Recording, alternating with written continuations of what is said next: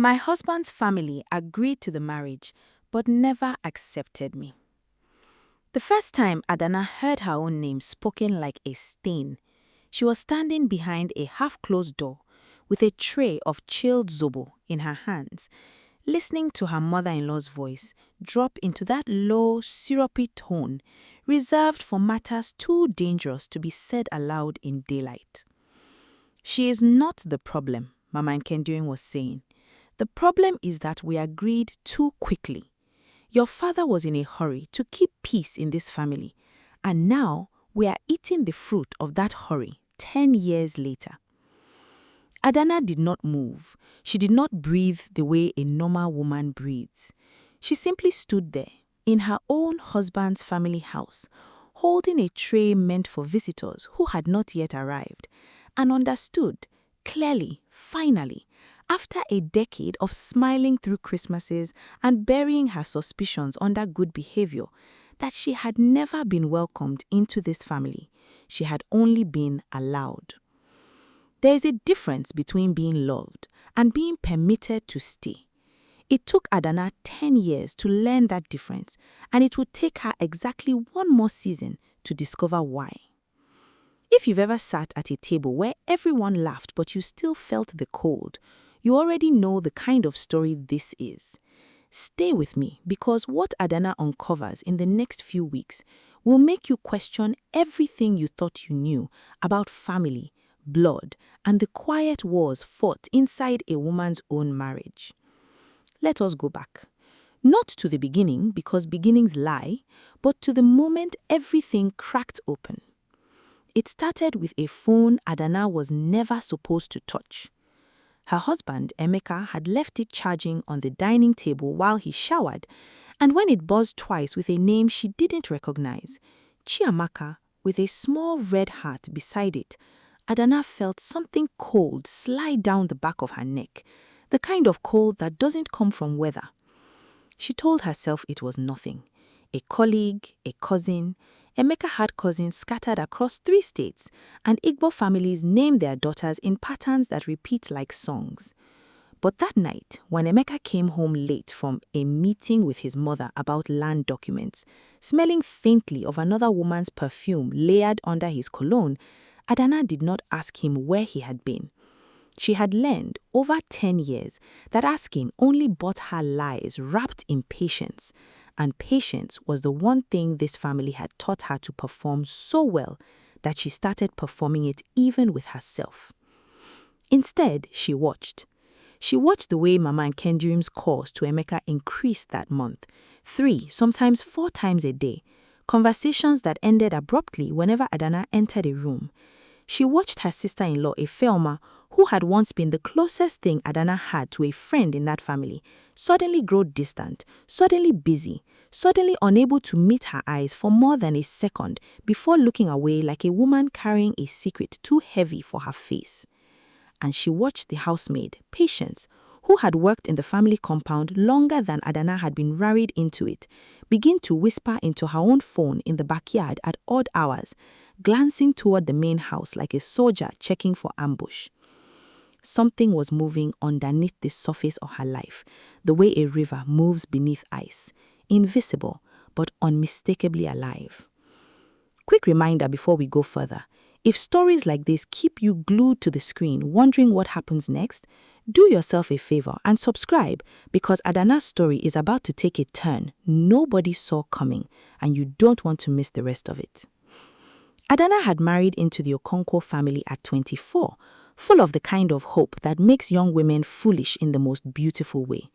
Emeka had been gentle then, soft-spoken, the kind of man who held doors and apologized first even when he was wrong. His mother had smiled at the introduction ceremony, had called Adanna my daughter in front of the whole compound, and eaten from her hands at the wedding without hesitation. But smiles, Adanna would yearn, are the easiest currency in the world to spend and the hardest to trust. For the first 2 years, things were merely uncomfortable, the kind of uncomfort a new wife assumes is just the natural friction of joining an old family. She was never consulted on house matters, Decisions about renovations, about which relative would receive support for school fees, about whose child would inherit which portion of the family business. All of it happened in meetings she discovered only after they concluded. When she asked questions, her opinions were received the way one receives noise drifting in from outside a window. Acknowledged perhaps, but never truly let in. She was not disliked. That would have been simpler, almost a relief. Open hostility can be fought. What Adanna faced instead was something far more exhausting, a tolerance so polished it looked like courtesy.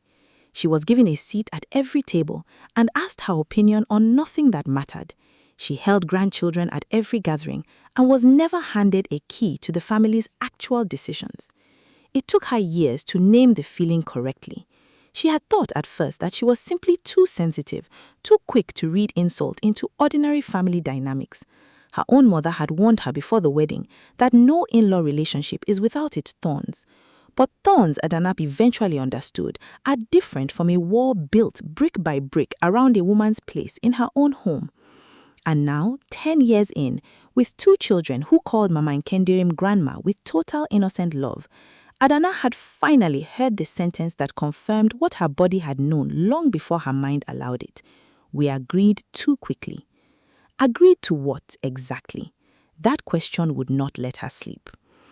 The answer began to surface 3 days later in the most unexpected way, through her own brother, Uche, the one relative she had always trusted without condition. Uche had been quiet for months, distracted on phone calls, evasive about a new business venture he refused to explain in detail. Adanna assumed it was pride. Uche had always hated admitting when things were difficult. But when she visited him unannounced on a Saturday afternoon and found a thick envelope on his table stamped with the Okonkwo family company's letterhead, her stomach dropped before her mind even finished processing what she was looking at. "Uche," she said carefully, "why do you have documents from my husband's family business?" Her brother's face did something she had never seen it do before. It folded, like a man caught between 2 versions of himself, the one who loved his sister and the one who made a deal he could not take back. "Adanna, sit down," he said. "There are things you don't know. Things I should have told you a long time ago, but Mama Nkendirim made me promise not to." The room seemed to tilt. "What things, Uche?" He exhaled slowly, the way men do when they are about to lose something they cannot get back. 5 years ago, when my business almost collapsed, when I came to you crying that I would lose everything, it wasn't a bank loan that saved me. It was her, Mama Nkendirim. She gave me the money, quietly, on one condition." Adanna's mouth went dry. "What condition?" "That I keep her informed," Uche said, his voice barely above a whisper now. "About you, your moods, your complaints, whether you were happy in the marriage, whether you and Emeka argued, whether you ever spoke about leaving. She said it was because she worried about her son's happiness. I believed her. I needed the money, and I told myself it was harmless. Just a mother caring about her child's marriage." The betrayal landed in Adanna's chest like a stone dropped into still water, the ripples spreading outward to touch every memory she had of the last 5 years. Every time she had confided in her brother about a hard week with her in-laws, every time she had cried on his shoulder about feeling invisible in that family, all of it had likely traveled straight back to the very woman she was crying about. "You sold me, Uche," she said quietly. "You sold your own sister's private pain for a loan?" He didn't think of it that way, he said, and the shame in his voice was real. But shame does not undo betrayal. It only decorates it. If you think that's the twist, hold on, because Adanna was about to discover that her brother's betrayal was only the smallest thread in a much larger web, one that stretched back further than her marriage, further than she could have ever imagined. She left her brother's house that day, with her hands trembling on the steering wheel, and instead of driving home, she drove to the one person who, despite everything, still occasionally let truth slip past her guard, her sister-in-law, Ifeoma. She found her in her shop, restocking shelves, and when Adanna closed the door behind her and turned the lock, Ifeoma's face went pale. I know about Uche. I know Mama has been paying him for information about me. What I don't know is why. What I don't know is what "we agreed too quickly" means. And you are going to tell me, Ifeoma, because I am done being patient in a family that has never once been patient with me. Ifeoma's hands shook as she set down the box she was holding. For a long moment she said nothing, and Adanna almost believed she would walk away with silence again, the way this family always did. But something in Ifeoma's eyes had shifted. Exhaustion, perhaps, or guilt that had grown too heavy to carry alone. "Sit down," Ifeoma said. "This is not a short story." And it wasn't. Decades before Adanna ever met Emeka, before either of them had been born into the lives they now lived, there had been another woman, a woman named Beatrice, whom everyone in the family now simply called Mama Nkemdirim, though that was not always her only name in this story. Long before she married Chief Okonkwo, Beatrice loved another man, a quiet, serious young man from a neighboring village, who worked the land with patience and dreamed of building something bigger than his father's farm. They had been promised to each other, in the casual way young village lovers sometimes are, with no formal introduction yet, only understanding. That man's name was Okafo, your father. Adanna's lungs left her. "That's not possible," she whispered. "My father married my mother when he was 26. He never mentioned—" "Because there was nothing to mention in his eyes," Ifeoma said gently. "It ended before it became anything official. Beatrice's father refused the match, said Okafor's family had no land worth marrying into. Heartbroken, humiliated, Beatrice married Chief Okonkwo instead, a man with wealth and standing, exactly the kind of match her father wanted. But she never forgot Okafor. And when years later, your father married a woman from his own village, a woman whose face, Adanna, looked remarkably like yours does now, something in Beatrice never healed. My mother," Adanna breathed, "resembled the woman who took the love Beatrice was forced to give up," Ifeoma finished. "And when you walked into this family 10 years ago, with your father's quiet steadiness and your mother's exact eyes, Beatrice did not see her son's wife. She saw a ghost she had spent 40 years trying to bury." Adanna sat in stunned silence as the pieces rearranged themselves into a shape she never could have predicted. The cold distance, the meeting she was excluded from, the way her opinions had always been treated as noise. None of it, she now understood, had ever truly been about her. She had spent 10 years trying to prove herself worthy of a family whose matriarch had decided before Adanna ever spoke a single word to her that she represented an old wound that refused to close. "But then why did they agree to the marriage at all?" Adanna asked. "If she hated me before she even knew me, why not refuse?" Ifeoma's expression turned heavier still. "Because Chief Okonkwo insisted. He liked your father. Years ago, your father did something for him that the chief never forgot. During the crisis of '83, when soldiers came through demanding levies from every compound, it was your father who hid Chief Okonkwo's youngest brother in his barn for 3 days, at great risk to his own family, until the soldiers moved on. The chief owed your father a debt of honor that could never be repaid with money. When Emeka brought you home and announced his intention to marry you, the chief recognized your father's name immediately, and he overruled his wife. He said the family would honor that old debt by welcoming you fully." "But she never did," Adanna said. "She agreed publicly because she could not refuse her husband in front of the whole compound. But agreement and acceptance, Adanna, were never the same thing in that woman's heart. She has spent 10 years trying to make her husband regret his decision, quietly, patiently, the way water wears down stone.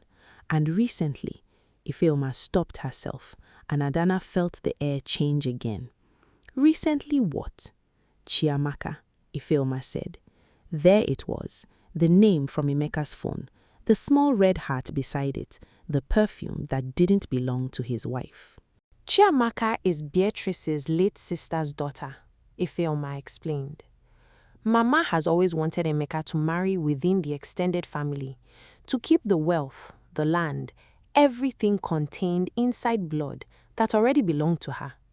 When Emeka chose you instead, against her wishes, she never let go of the idea that Chiamaka was the wife who should have been standing where you stand. For the past year, she has been quietly bringing Chiamaka back into Emeka's life, arranging business meetings that aren't really about business, encouraging closeness under the excuse of family unity. I don't know how far it has gone, Adanna. I only know that Mama is no longer being subtle about what she wants to happen. If you've ever felt the floor disappear beneath your feet, while everyone around you kept smiling like nothing was wrong, you understand exactly what Adanna felt in that moment. And if this story is gripping you the way it's gripping me telling it, make sure you're subscribed, because what happens next changes everything Adanna thought she knew about her own husband. That night, Adanna did not confront Emeka. Instead, she did something far more dangerous. She waited and she watched, the way a hunter waits not to attack too soon and lose the larger prey. 3 days later, her patience was rewarded with a discovery that nearly broke her. Emeka's car remained parked outside a small, quiet restaurant on the outskirts of town on a Thursday afternoon when he had told Adanna he was at the office. Adanna sat across the street in a borrowed car, her heart hammering, until she saw him emerge, not alone, but with Chiamaka beside him, laughing at something he had said, her hand resting briefly, intimately on his arm before they parted ways at their separate vehicles. It was not proof of an affair in the way courts would require. It was something more devastating in its ordinariness, the easy comfort of two people who had built a familiarity that did not belong to a married man and his cousin-in-law. Adanna drove home that night and did not cry. She had cried enough in 10 years to fill a river, and rivers, she had decided, do not change the landscape that drowns them. What she needed now was not tears. She needed truth, spoken plainly, in front of everyone who had spent a decade pretending. She began by visiting her father-in-law. Chief Okonkwo, now elderly and slower than the proud man Adanna remembered from her wedding day, received her on his veranda with the quiet warmth he had always shown her, the one genuine kindness in that family that had never once wavered in his own family. "Daughter," he said, using the word he had always used for her, the word his wife had never once allowed to pass her own lips. "You look like you are carrying the weight of the compound on your shoulders." "Papa," Adanna said, sitting beside him, "I need to ask you something, and I need you to tell me the truth, even if it costs you peace with your wife." The old man studied her for a long moment, and something in his eyes told her he already suspected what was coming. "Ask," he said simply. "Did you only agree to my marriage because of a debt owed to my father?" The old man closed his eyes, and for a moment Adanna thought he might refuse to answer. Then he spoke, slowly, like a man setting down a weight he had carried for too long. "I agreed to your marriage," he said, "because your father saved my brother's life when no one else would risk theirs to do it. That is true, and I will not deny it. But Adanna, listen to me carefully. I did not keep my word out of debt alone. I kept it because in the 10 years since, I have watched you become a better daughter to this family than the daughter my own wife wished for. You have endured silence that would have broken weaker women. You have raised my grandchildren with a gentleness this house badly needed. Whatever brought you into this family, what has kept you worthy of it is entirely your own doing." Tears Adanna had refused to shed in front of anyone else finally slipped free. "Then why did you let your wife push Chiamaka toward my husband? Why did you let this happen under your own roof?" The old man's face changed, confusion, then a dawning, furious understanding. "What do you mean, push Chiamaka toward your husband?" Adanna realized with a chill that the one man who might have stopped this from the beginning had no idea it was happening at all. That revelation changed the shape of everything. The confrontation Adanna had been quietly building toward no longer needed to wait for her to gather more evidence. The chief himself, furious and humiliated that his wife had used his blindness and his name to orchestrate a betrayal under his own roof, called for a family meeting that very week. The kind of meeting no one in that family had ever dared call before. The kind where every door would be open and every voice would be heard, whether welcome or not. The compound gathered on a Sunday afternoon, thick with heat and unspoken tension. Mama Nkemdirin sat in her usual chair, regal as ever, though something in the stiffness of her shoulders suggested she sent the ground shifting beneath her authority. Emeka sat beside Adanna, visibly uneasy, glancing at his wife, with an expression she could not yet read. Guilt, perhaps, or fear of being finally seen. Chief Okonkwo did not waste time with pleasantries. He said, "My wife, I am told that for the past year you have been arranging meetings between our son and Chiamaka under false pretenses. I am told that this has been happening in my own house, under my own name, without my knowledge. Tell me this is a lie." The silence that followed was its own kind of confession. "I did what was necessary," Mama Nkemdirim said, her chin lifted, refusing to soften even now. "I have watched this family weaken for 10 years because you insisted on honoring a debt instead of protecting our bloodline. Chiamaka belongs in this family. She always has. I was simply correcting a mistake before it became permanent." "A mistake," Adanna repeated quietly, and every eye in the room turned to her. For 10 years, she had measured her words in that house, swallowing reactions, softening her truths into shapes that wouldn't disturb the peace. She did not do that now. "I am not a mistake, Mama. I am not a placeholder you have spent a decade waiting to replace. I have given this family, my children, my patients, my entire adult life. And you have spent that same decade plotting to undo me because I remind you of a man you lost before I was even born. That is not my fault. That was never my fault. And I refuse to keep apologizing for a wound that has nothing to do with me." Mama Nkemdirim's composure finally cracked. And what spilled out was not the cold strategist who had run this family for 40 years, but a woman exhausted by grief she had never allowed herself to grieve properly. "You don't understand what it is to lose the life you were supposed to have," she said, her voice breaking. "I was promised to a man who loved me simply, without politics, without land disputes, and it was taken from me before I ever had the chance to choose. I built this family out of duty, not love. And then you walked in, wearing her face, living the life I should have had, and I could not look at you and feel anything but everything I lost." The room sat in stunned silence. Even Emeka, who had clearly known fragments of this story, but never its full weight, looked at his mother as though seeing her for the first time. "Adanna, I am sorry for what you lost," she said, gentler now, though her resolve had not weakened. "But you let that grief steal 10 years of warmth that my children deserved from their grandmother. You let it justify paying my own brother to spy on me. You let it justify pushing your son toward another woman instead of healing your own heart. That is not something I can simply forgive because I finally understand it."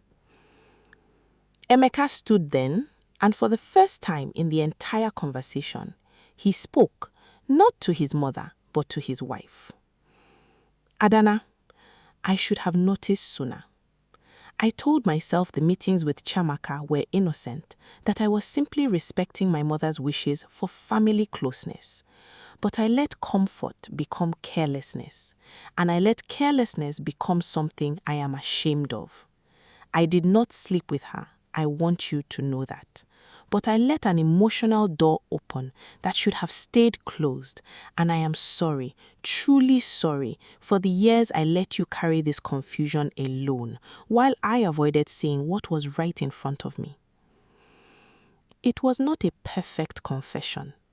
It did not erase 10 years of silence or the sting of discovering that her own family home had been a battlefield she wasn't permitted to fully fight on.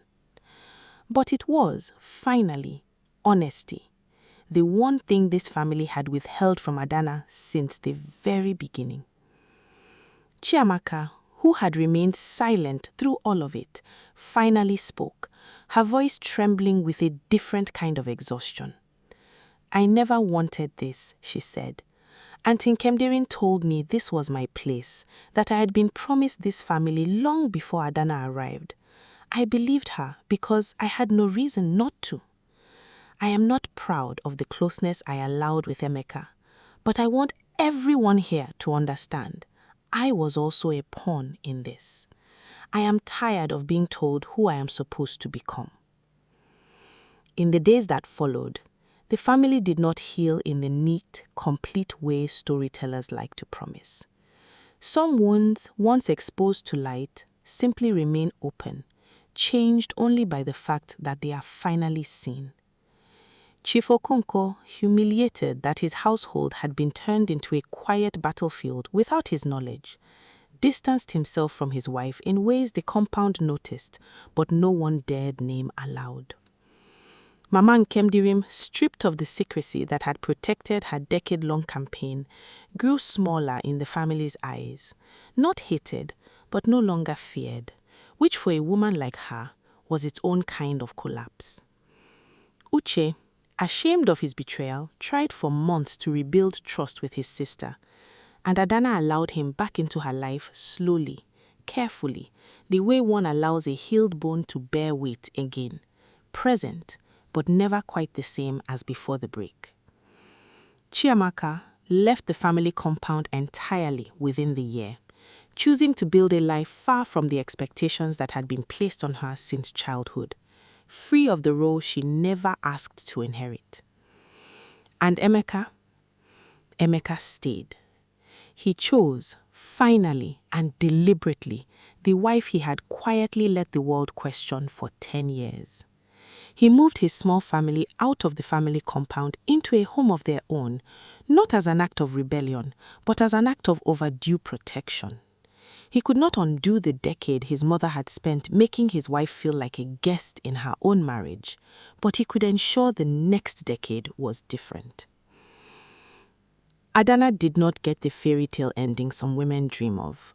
The mother-in-law transformed overnight into a loving matriarch, the family wound stitched neatly closed, every betrayal forgiven and forgotten. What she got instead was something more honest, clarity. The exhausting performance of pretending was finally over. She no longer had to wonder what she had done wrong because she finally understood.